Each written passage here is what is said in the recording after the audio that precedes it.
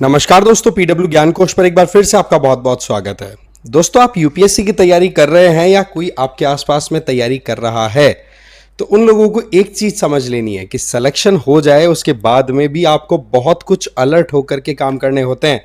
जैसे कि यहां पर हम बात कर रहे हैं आईएएस राम प्रकाश जी के बारे में, जो कि 2017 यूपीएससी को पास करते हुए 2018 में जो यूपीएससी सीएससी की लिस्ट निकली थी ना, फाइनल लिस्ट, उसमें उन्होंने गेन किया था आईएएस का तमगा और अल्टीमेटली आज के टाइम पे वो आईएएस ऑफिसर के तौर पे राजस्थान कैडर में काम भी कर रहे हैं। बट होता क्या है कि इनके द्वारा 28 अप्रैल 2025 को एक ट्वीट किया जाता है अपने एक्स हैंडल पे और उसमें लिखा कि डिडंट टोल्ड एनीवन। और ये जो बात है, ये जो सेंटेंस है, इस सेंटेंस की ग्रामेटिकल एरर को लेकर के आज उनको लगातार आड़े हाथों लिया जा रहा है, क्योंकि उनके द्वारा जो सेंटेंस यूज किया गया है वहां पर डिडंट टोल्ड एनीवन, ये दोनों चीजें एक साथ नहीं आ सकती। आपको बेसिक ग्रामर का आइडिया थोड़ा होना जरूरी है। बट यहां पर पॉइंट क्या है कि इस पोस्ट के बाद में उनको किस किस तरीके के कमेंट्स का सामना करना पड़ रहा है, क्योंकि कुछ लोग ऐसे हैं जो इनको बिल्कुल आड़े हाथ ले रहे हैं, क्रिटिसाइज कर रहे हैं कि जी आप एक टॉप ब्यूरोक्रेटिक पोस्ट पे सिचुएटेड हैं, तो आपकी तरफ से एक्सपेक्टेशन हम रखते हैं कि आप कम से कम लैंग्वेज पे तो अच्छी कमांड रखेंगे। अब बाकी दूसरों से फिर क्या रखेंगे जब आप इस तरीके से एरर करेंगे। वहीं दूसरी तरफ कुछ लोग डिफेंड कर रहे हैं कि भाई अंग्रेजी ही तो नहीं आ रही, क्यों कॉलोनियल माइंडसेट के साथ में लगे हुए हो, अगले ने जो बात बोली उस फीलिंग को समझो कि वो क्या बोलना चाह रहे हैं। तो इनके द्वारा जो ट्वीट किया गया था वो 27 अप्रैल को किया गया था, जिसमें आप देख सकते हैं इनके द्वारा कहा गया कि I made it to IAS at around 8 PM on 27 April 2018, exactly 7 years back. I didn't told anyone in my family about the result for an hour at least. That was some feeling. तो एक तो ये बोला कि देखो मेरा result आया, बड़ा फेवरेबल था, पर मैंने किसी को बताया नहीं। अब यहां पर डिडंट के बाद में आपको पता है टोल्ड की बजाय टेल आना था, ठीक है, आई डिडंट टेल, क्योंकि ये पास्ट इंडेफिनिट टेंस का सेंटेंस हो गया। बट पॉइंट इज कि जब इस स्टेटस को इन्होंने जैसे ही पोस्ट की तो उसके बाद में कमेंट आने लग गए कि साहब आप ऐसे कैसे लिख सकते हो। तो बंदे ने बिल्कुल जेन्युइनली, कहते ना कि एक्सेप्ट भी किया है कि ओके इट्स माय मिस्टेक, ये मेरे से गड़बड़ हो गई।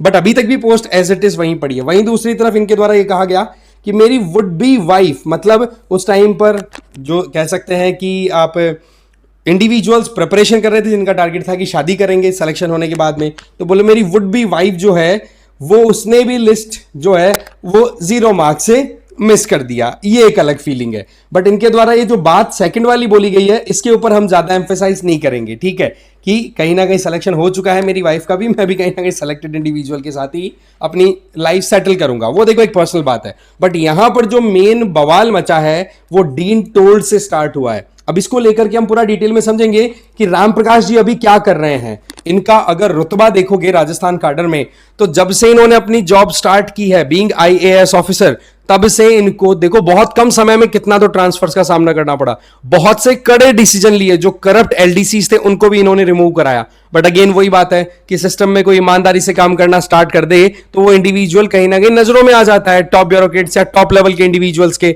और फिर वो टारगेट करने लग जाते हैं। तो ऐसे में राम प्रकाश जी की अभी तक की जर्नी को भी थोड़ा हम समझेंगे, साथ ही साथ इनका क्या रैंक था, क्या स्कोर था वो भी जानेंगे, और किस तरीके के कमेंट्स इनकी इन पोस्ट पे आए वो भी हम जानेंगे। बट आगे बढ़े उससे पहले एक तो आप मुझे फॉलो कर सकते हैं इस क्यूआर कोड को स्कैन करके टेलीग्राम पर। दूसरा, पीडब्ल्यूआईएएस की तरफ से यूपीएससी फाउंडेशन कोर्सेज रन कराए जा रहे हैं, जिसमें संकल्प 2027 इंग्लिश और हिंदी में है, टाइटन 2026 इंग्लिश में चल रहा है, इसके अलावा प्रहार 2026 इंग्लिश और हिंदी में चल रहा है। इनमें आपको मिलेगा क्या, लाइव एंड रिकॉर्डेड क्लासेस जिसमें जीएस भी है, सीसेट भी है, प्लस में आपको एमसीक्यूज और mains answer writing daily basis पे कराई जाएगी, और ई बुक्स भी दी जाएंगी जिससे कि आप सेल्फ स्टडी अच्छे से कर सके।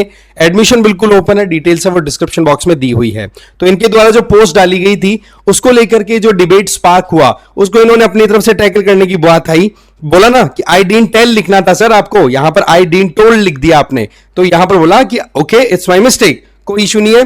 बट आगे देखो कि एक पोस्ट ऐसी आई है जिसमें यहां तक कह दिया, और वो पोस्ट का स्क्रीनशॉट आप देखिए, वरुण उप्पल नाम से ये इंडिविजुअल, इनका ये कहना था, I know that English isn't our primary language, but if this is the level of IAS officer of our country then I have 0 hopes. अब ये बात इनके द्वारा कह दी गई। जैसे ही ये कमेंट आया कि भाई ब्यूरोक्रेट्स इस तरीके की इंग्लिश लिख सकते हैं, इतनी बड़ी ग्रामेटिकल एरर कर सकते हैं, तो फिर मैं किसी और से क्या आशा रखूं। फिर उसके बाद में बैकलैशेस देखने को मिले वरुण उपल जी को भी, और साथ साथ में राम प्रकाश जी का ये जो पोस्ट था ये भी हाईलाइट हो गया। अब यहां पर देखो कुछ कमेंट्स जो आए वो क्या कहते हैं, he is an IAS officer not an English teacher, इस तरीके का कमेंट आ गया। Even prime minister of our country isn't good in English, every native of the country is not colonised by British, isn't it. फिर उसके बाद में यहां पर लिख दिया why make fun of it like brown coolies. तो यहां पर कॉलोनियल माइंडसेट को लेकर के भी डिबेट में बातें उठने लग गई। अब कॉलोनियल वर्ड आ गया तो ऐसे में एक और कमेंट आ गया, even the concept of civil services is colonial. They are glorified project managers. It's high time we get rid of this process. अब इवन यहां तक बात कह दी गई। अब यहां पर सवाल उठने लग गया कि यूपीएससी का जो प्रोसेस है, यूपीएससी में जो लोग सेलेक्ट होकर के आगे बढ़ते हैं वो लोग भी कॉलोनियल माइंडसेट के साथ ही काम करते हैं। वो कहां पर आज इंडिया की जो मॉडर्न इंडिया की नीड्स है उनको फुलफिल करने के लिए सोच के आगे चल रहे हैं। तो इस तरीके के जो कमेंट्स आने लगे ना, ये वाकई में सोचने पे मजबूर करते हैं कि किस तरीके से, एक तो सोशल मीडिया पे जो ब्यूरोक्रेट्स है उनको पोस्ट करने से पहले कितना सोचना जरूरी होता है, दूसरी पोस्ट अगर डाल दी तो उसके क्या प्रॉज एंड कॉन्स कॉन्सिक्वेंसेस हम देख सकते हैं वो हमारे सामने आ गई। बट यहां पर आपसे मैं ये जानना चाहूंगा कि वाकई में अगर हम सिविल सर्विसेज को उठा करके देखें तो ये बात फैक्ट है कि ब्रिटिशर्स के टाइम से जो सिविल सर्विसेज का आइडिया था वो मोर और लेस हमने कंटिन्यू कराया, क्योंकि केवल हमें एक होता है ना कि देश के लिए जो एक भावना होती है कि हाँ भाई हम पेट्रोटिज्म के आधार पर देश को कंटिन्यू कराएंगे, उस बात को ध्यान रखते हुए पटेल जी ने ये कहा था कि भाई स्टील फ्रेम ऑफ इंडिया जो है सिविल सर्विसेज ही है, तो इनको हम हटा नहीं सकते, बस इतना सही है कि इनको लॉयलिटी ब्रिटिश क्राउन की बजाय अब इंडिया के लिए रखनी है, और ये मोर और लेस देखने को भी मिलती है। तो ऐसे में ये स्टील फ्रेम को जो कंटिन्यू कराया गया, क्या इसमें वाकई में कोई गड़बड़ हुई है जिसको लेकर के इस तरीके के बैकलैशेस आ रहे हैं कि भाई ब्रिटिश इन्फ्लुएंस सिस्टम को आज के समय हमें हटा देना चाहिए?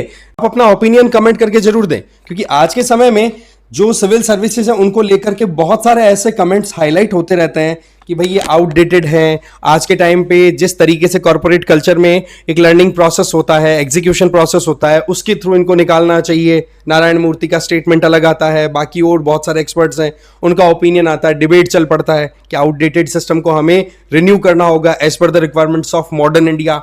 तो ये सारी चीजें है ना, ये हमेशा सिविल सर्विसेज के इर्द गिर्द डिबेट में चलती रहती हैं। आप अपनी राय तो जरूर शेयर करेंगे।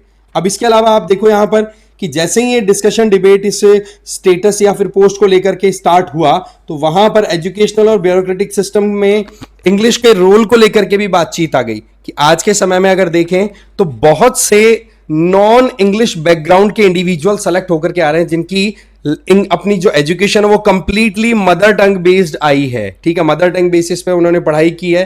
तो वो लोग अगर इंग्लिश प्रॉपर्ली नहीं लिख पा रहे हैं, बोल पा रहे हैं, तो ऐसे में ऑफेंड होने की कोई जरूरत नहीं है। वो एक्चुअल में अपनी लैंग्वेज में पढ़ करके आए, तो उनकी जो कमांड है वो देखो कि ग्राउंड लेवल पे वो कितना अच्छे से सर्व कर रहे हैं। ठीक है, तो ऐसे में डिफेंस में और क्रिटिसिज्म में बहुत सारे सवाल जवाब उठने लग गए। साथ ही साथ कहने लग गए कि भाई क्वालिफिकेशन और एबिलिटीज को देखो ना आप, कि बंदे ने रैंक गेन किया, और रैंक वाकई में आप देखिए यहां पर कि 106 रैंक आई थी, रोल नंबर ये दिया हुआ राम प्रकाश जी का।